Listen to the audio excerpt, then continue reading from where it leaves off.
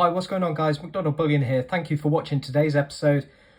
Guys, I finally got a new setup. No longer going to be filming videos in the car.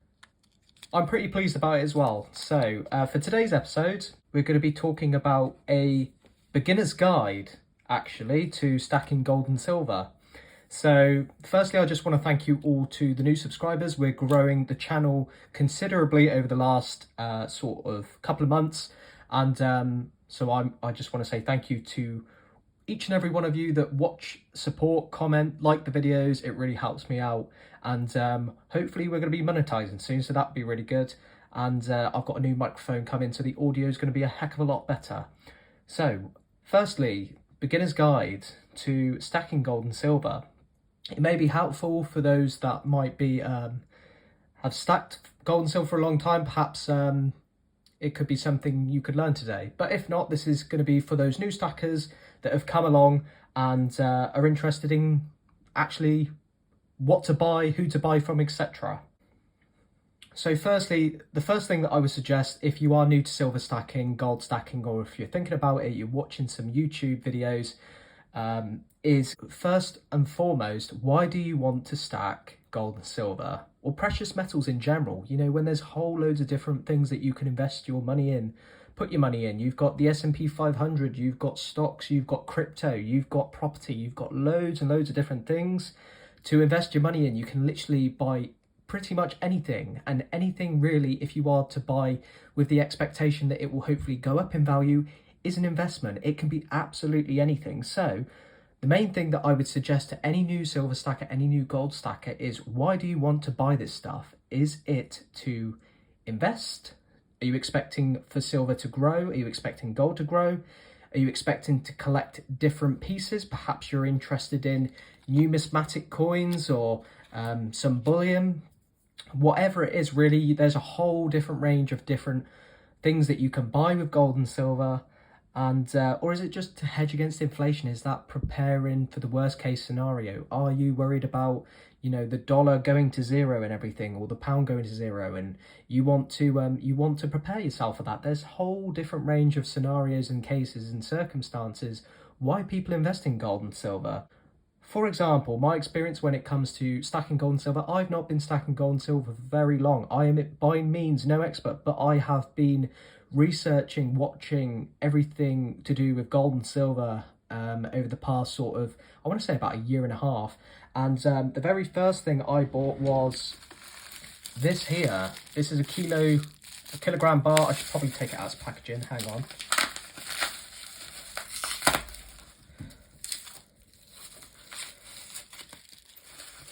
So for all those perhaps getting squeamish if you haven't seen it already, this is a kilo of silver. This was the very first bar that I bought, and I only bubble wrapped it for transportation because I've recently moved. But yeah, these are this was actually the first thing I bought. Now you might be wondering, why on earth did you buy a kilogram of silver? Well, to be honest, when I first started buying gold and silver, I didn't really know what I wanted to do, and I don't think really anyone really knows what they want to do when they first start doing it. When I first bought it, I thought it was a really good investment. I was looking at investing, and if you want to check out my story, there's a video which I'd done some time ago. I'll probably do another one of my story when it comes to silver stacking. But long story short, I bought a kilogram of silver, and then ever since then, I just stemmed on to getting government bullion when it comes to maples, Britannias, things like that. And then I branched off and collected some collectible coins like these kookaburras, some numismatics as well, and some Morgan dollars, which I'm not going to be able to get on camera, but Morgan dollars are probably one of my favourite coins. And so, in all honesty, I bought it because I really enjoyed buying it. And now that I have YouTube, I buy a variety of different pieces that I can showcase to you, as opposed to just, you know, only getting a tube of Britannias, for example, because for me, when I get too much of the same coin, it gets boring a little bit quickly. But I enjoy getting loads of different varieties of pieces because I like showcasing them on the channel, I like reviewing them, and I just like collecting them as well. I am a stacker, but I really do enjoy collecting silver and gold as well. But let's move on anyway. So the second question I'll be asking for those new to silver and gold stacking is, what gold and silver do you actually want to buy? And I assume if you're watching this channel, you will be looking at coins and bars, for example. You can get coins and bars in a variety of different forms from loads of different mints. And then again, you're going to be going back to the first question: why are you buying precious metals? Do you want to buy government-backed bullion for those investors, or potentially, junk silver that's low premium? It really depends on your scenario. If you want to stack low premium silver, then you're really not going to be that much fussy about what you're going to be purchasing. You're just going to be buying the cheapest silver that you can buy, bullion form. You won't care about milk spots or just scratched coins. Bullion's bullion, silver's silver, gold's gold. It doesn't really matter. Dealer's probably going to pay the same anyway, but that's for a whole nother video.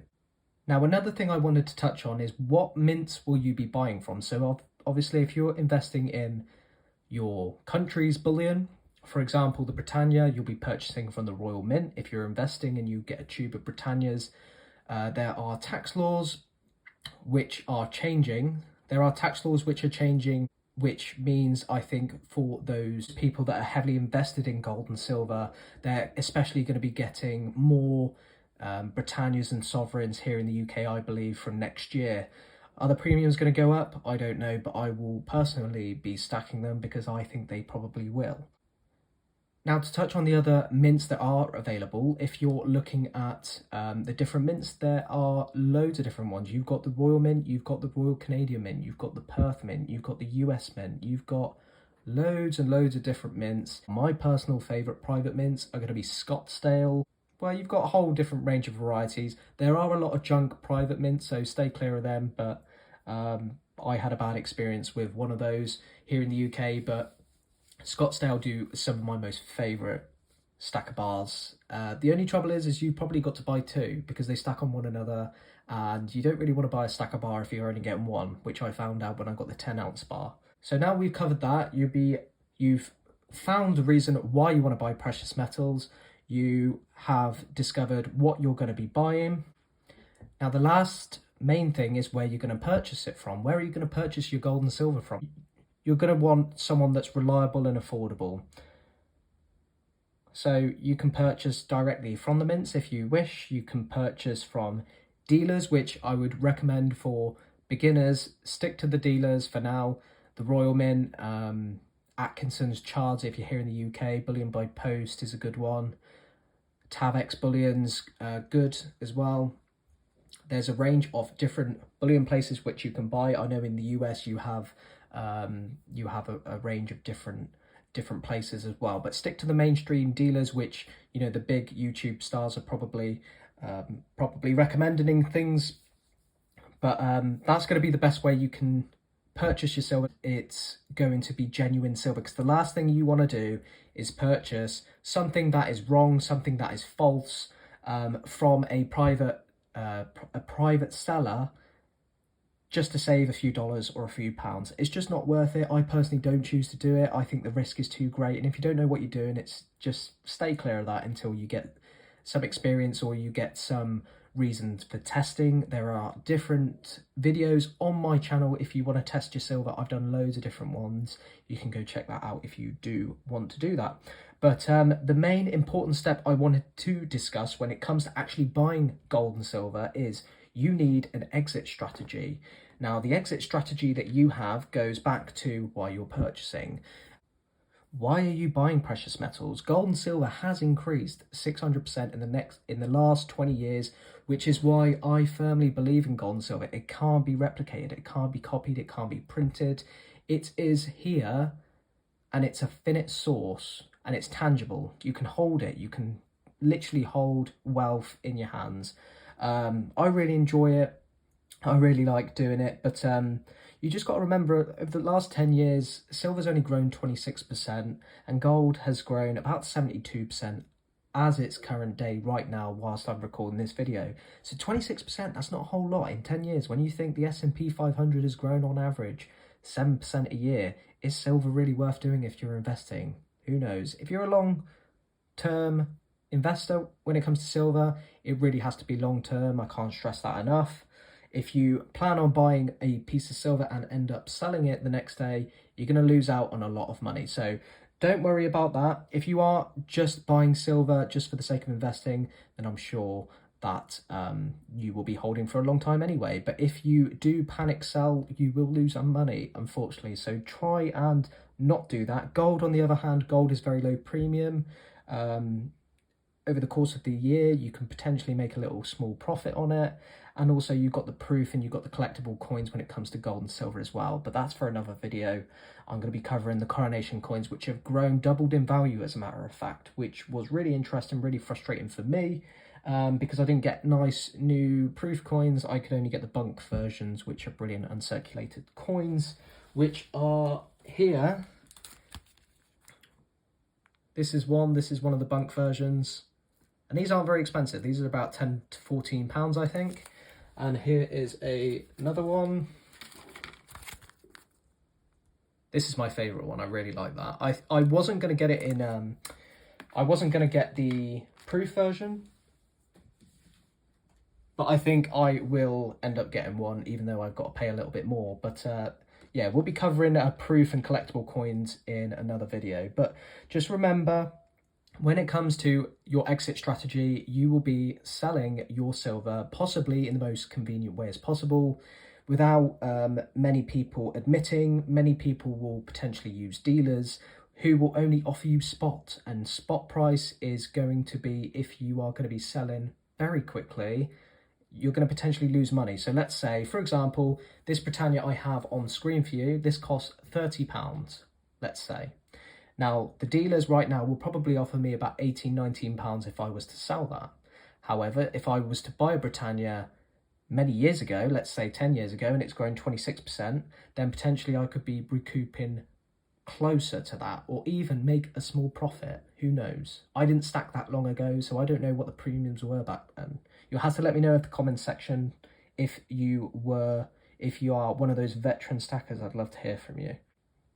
But selling to dealers is going to be the most convenient option. The best price that you will receive to selling your gold and silver is going to be to private buyers, private stackers, those who collect or purchase precious metals on places such as the social media marketplace, which I would suggest for now, if you're new to this, just stay clear of that for now until you really know what you're doing when it comes to testing and everything. Just stick to the mainstream mints.